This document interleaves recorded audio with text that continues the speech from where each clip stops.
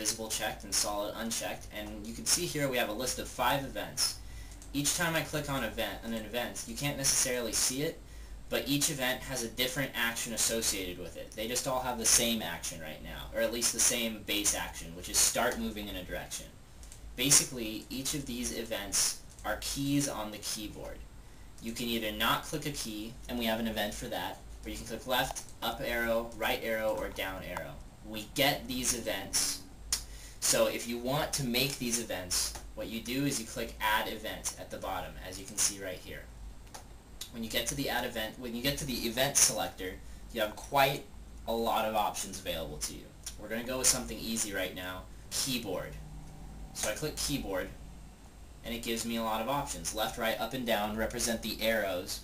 Control, Alt, Shift, Space, and Enter are all obviously keys. You can select any of the numbers on your keypad, including plus signs and minus signs, digits, letters, which is everything on your all the letters on your keyboard, the function keys, and even the other alternative keys. Even you can have no key or any key be their own events. Don't worry, I'm going to explain what events do, but for now let's just say that I clicked left, right, up, down, and then no key as my 5 events. So here we are with no key, left, up, right, and down. I'm going to click on no key. You know what? No, I'll save no key for last because it's kind of weird. I'm going to start with left. If I double click on left, nothing happens, but you'll see over here that I've actually represented the action associated with this event. The action is start moving in a direction. Now you'll see that all these events are associated with Object Zero, who is our main hero in the game. Game King, actually. There's a little image of Game King that you'll see there. So we are actually programming Game King, our main hero, to be controllable by the player. So the first thing we are programming is for Game King to be able to move left based on the keyboard. So I'm going to double click this action, and you'll see action applies to self. Self meaning Game King.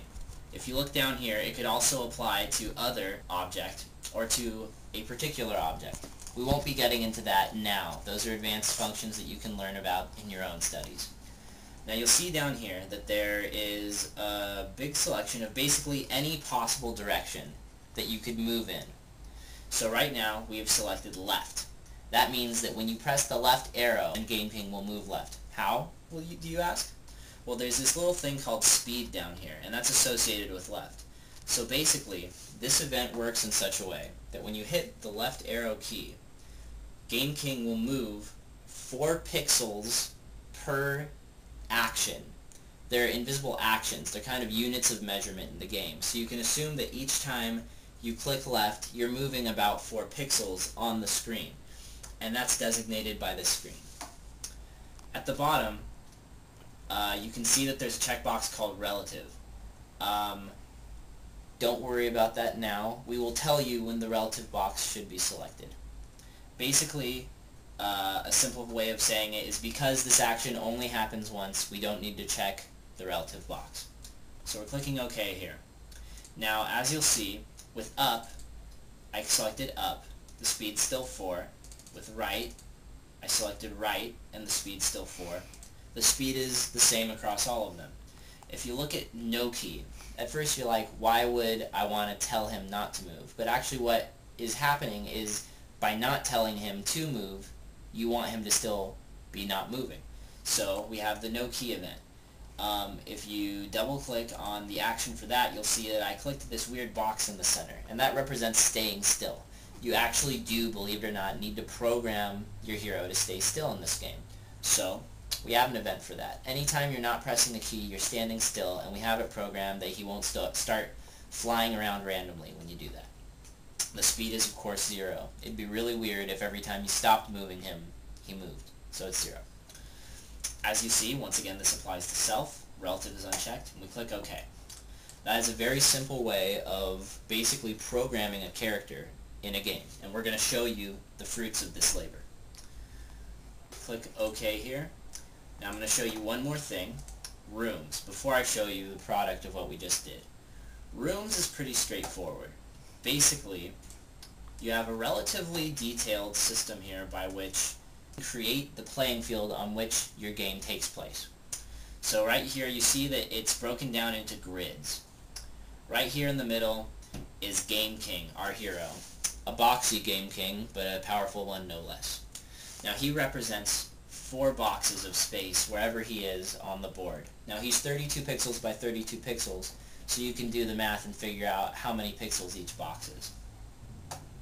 You'll see here that I can actually go down to this object bar and I can pick any objects that I've created. When I select an object, it shows up here in the screen. Now down here are any of the controls that you can use to manipulate these objects. I'm going to, just to show you, I'm going to have this selected and I'm going to click right here on the board. And there you'll see I have another Game King. I have 2, which is bad. They can't both exist, so I'm going to right click to get rid of him. Again, Game King clone vanquished. Okay, so if I had a lot of objects such as power-ups, enemies, the like, I could be placing them on this board using the object selector and then these simple mouse button and keyboard controls. There's also some settings such as the name of the room and how many pixels wide and tall it is. And then there are a number of background controls which we'll get into later. But right now you can see that the color is white. I can make that color lime green if I wanted. I could make it orange. Right now it's white. You'll see the different colors we go into later. That's pretty straightforward though. We'll even get into photo backgrounds later in the tutorial. Okay, so very simply, he has a little room to run around in. We're not going to save it because we already did. And then here is one of the funner parts of this program. Run the game. Now there's also a debug mode in which you can run the game. We're not going to get into that, but basically if you're running into errors, you can run the game in debug mode to have some more tools at your disposal to deal with the problems in your game. We're just going to go ahead and run it normally because I'm very confident and pretty sure it'll work. Okay. So what you're seeing seems pretty simple. You're like, what am I looking at? It just looks like, you know, a big square. And there's Game King there in the middle. Well, the fruits of our labor have paid off, ladies and gentlemen. As you can see, Game King moves based on my finger presses. This is a very simple construct, but you can already see the limitless possibilities to do whatever you wanted within this. This doesn't have to be a character moving. It could be an aimer on a bow and arrow, whatever you wanted. You can really have a lot of possibilities for creating games. We're going to show you some of the things that we've done based on the tutorial that we watched to show you how to make a game.